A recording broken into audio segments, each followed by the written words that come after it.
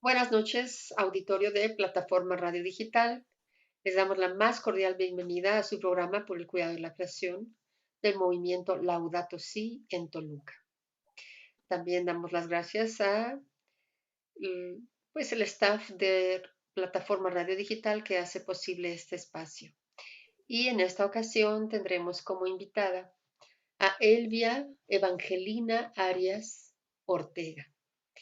Ella es presidenta de H2O Lerma con Encanto, que es una asociación civil que tiene una muy importante misión en esta área de Toluca, en esta área del Estado de México, porque pues todo esto se inicia precisamente por la contaminación del río Lerma y es toda una actividad, ¿verdad?, en que la ciudadanía y la asociación pues están aportando cosas muy importantes para el saneamiento del río Lerma y de los pozos. Buenas noches, Elvia Arias. Eres bienvenida a este programa. Muchas gracias por haber aceptado la invitación. Gracias a ti, Carmen. Buenas noches. Sí, Elvia, ¿qué nos puedes comentar? ¿Cómo es que surge esta asociación de H2O Lerma con Encanto?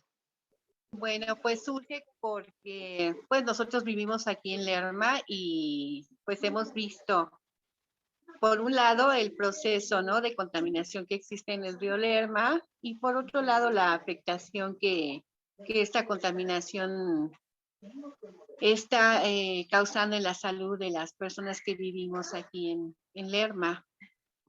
Entonces, pues ¿Y qué tuve la ti- oportunidad. ¿Perdón? sí, perdón, ¿qué tipo de contaminación tiene el río Lerma? Básicamente nosotros lo que podemos ver a lo largo de este tiempo, pues es la cuestión de que recibe aguas residuales de todas las casas de la zona y también el agua residual industrial, ¿no? Que nosotros pudimos ver en este año, como que yo no había tenido oportunidad de notar la diferencia, pero en tiempos anteriores a la temporada de lluvias, el nivel de agua del río Lerma era bastante bajo. Entonces, con las lluvias, pues tuvimos en algunas ocasiones avisos de que había el riesgo de que se desbordara y eso nos está indicando que el río recibe también agua de la lluvia. Y esto pues es un indicador de que efectivamente el agua contaminada que el río tiene, pues no proviene de una manera natural, ¿no? Claro, son sustancias químicas Exacto. que emiten algunas empresas que usan precisamente el agua del río. Usan el agua del río y luego la desechan. Pero Así no es. existe el tratamiento de aguas residuales en el río Lerma.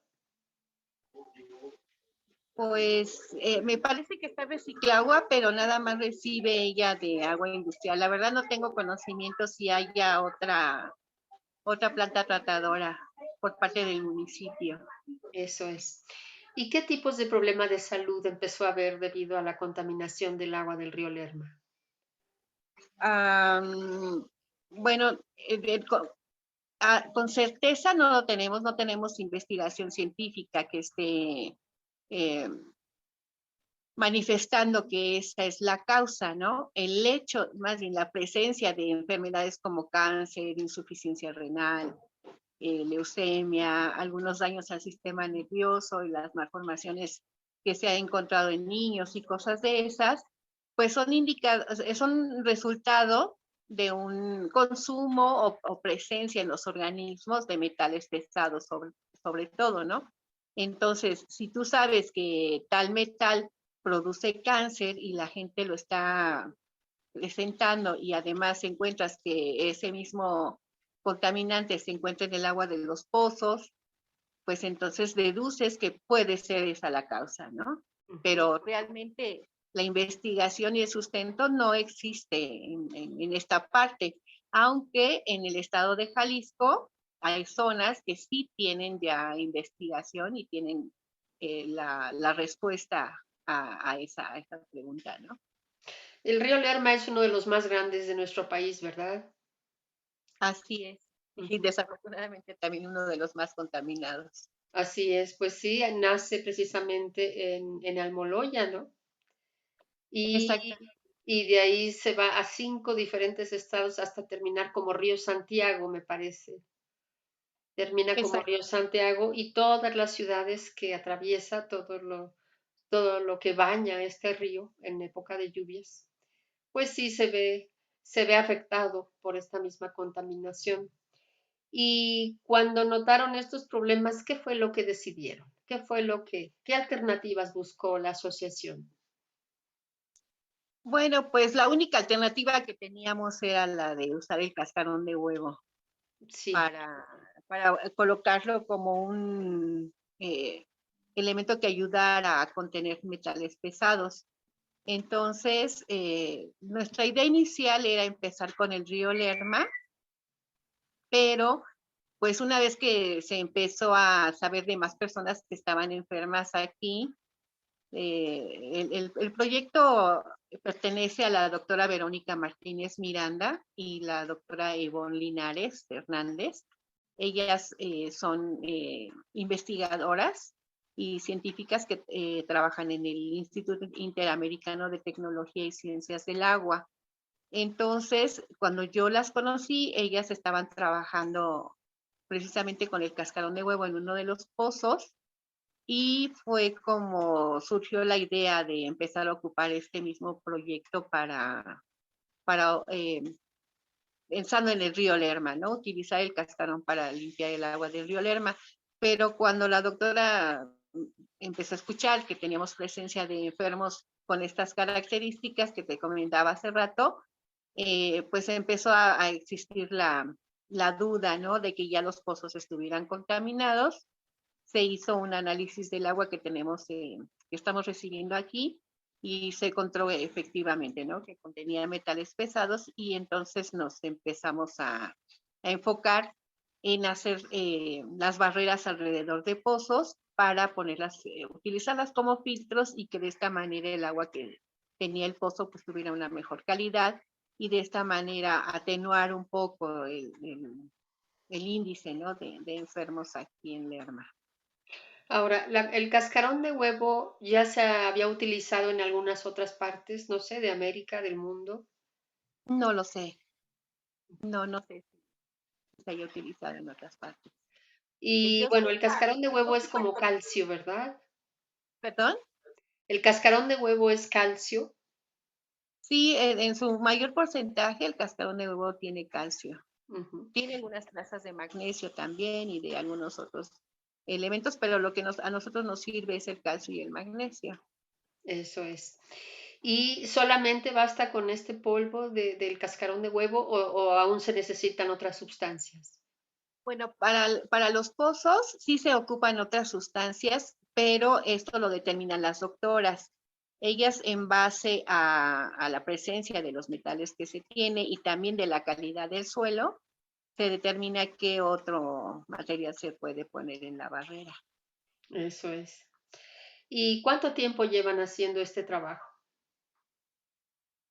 Ay, pues yo creo que el primer pozo, híjole, ya no me acuerdo, pero yo creo que el primer pozo lo pusimos como en el 2017, me parece.